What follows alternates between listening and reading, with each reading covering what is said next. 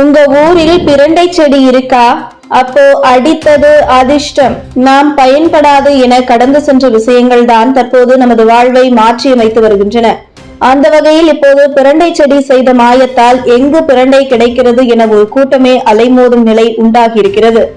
கோடை காலத்தில் விவசாயம் ஏதும் இல்லாத நிலையில் காட்டுப்பகுதிகளில் விளைந்துள்ள சித்த மருத்துவ செடிகளை பறித்து விற்பனை செய்து லாபம் ஈட்டி வருகின்றனர். சிவகங்கை மாவட்டம் மானாமதுரை அருகே பறையன்குளம், குருத்தன்குளம், கொன்னகுளம் உள்ளிட்ட பகுதிகளில் செம்மண் பூமியாகும்.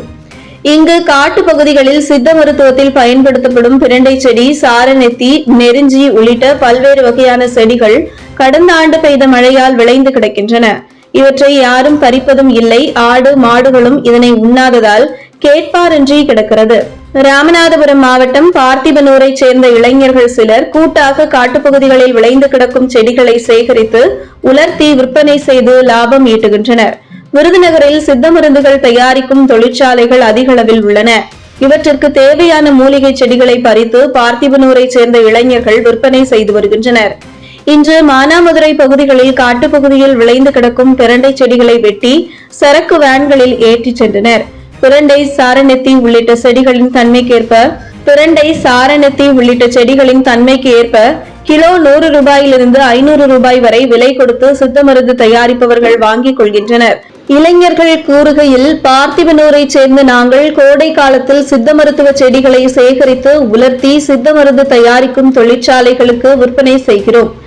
தினசரி நபர் ஒருவருக்கு 500 முதல் 1000 ரூபாய் வரை கிடைக்கும் என்றனர். பிரண்டை செடிகள் எலும்பு, நரம்பு சம்பந்தப்பட்ட நோய்களை தீர்க்கும் வல்லமை கொண்டது. மற்ற பகுதிகளை காட்டிலும் செம்மண் பூமியில் அதிகம் விளையும், வறட்சியை தாங்கி வளரும் செடி என்பதால் மானாமதுரை பகுதி கருவேல மரங்களில் வளர்ந்துள்ளன. பார்த்திபனூர் பகுதிகளில் இனி செப்டம்பரில் தான் விவசாய பணிகள் தொடங்கும். எனவே கிராமப்புற இளைஞர்கள் இதுபோன்ற செடிகளை சேகரிக்கும் பணியில் ஈடுபட்டு வருகின்றனர்.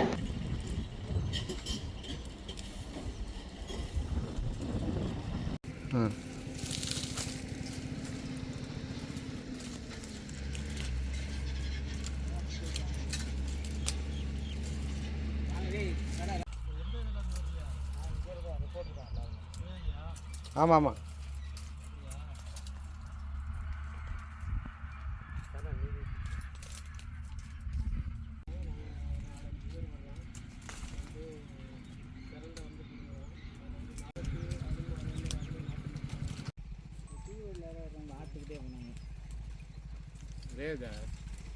உள்ள போயிடுது. எனக்கும் பார்த்து பண்ணுங்க.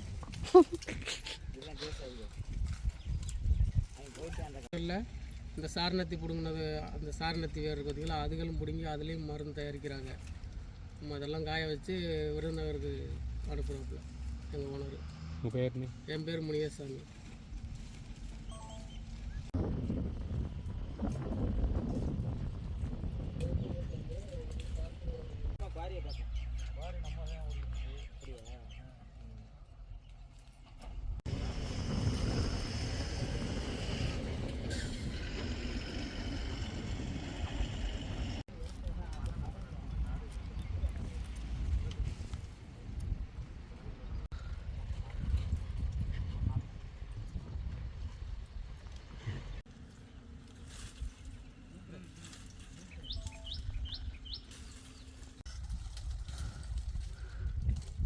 இல்லைங்க இல்லைங்க, நீங்கள் வாட்டில் இல்லைங்க.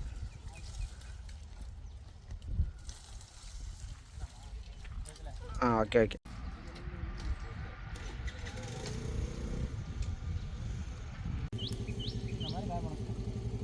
யார் அது? ஆரநாயிடுதா?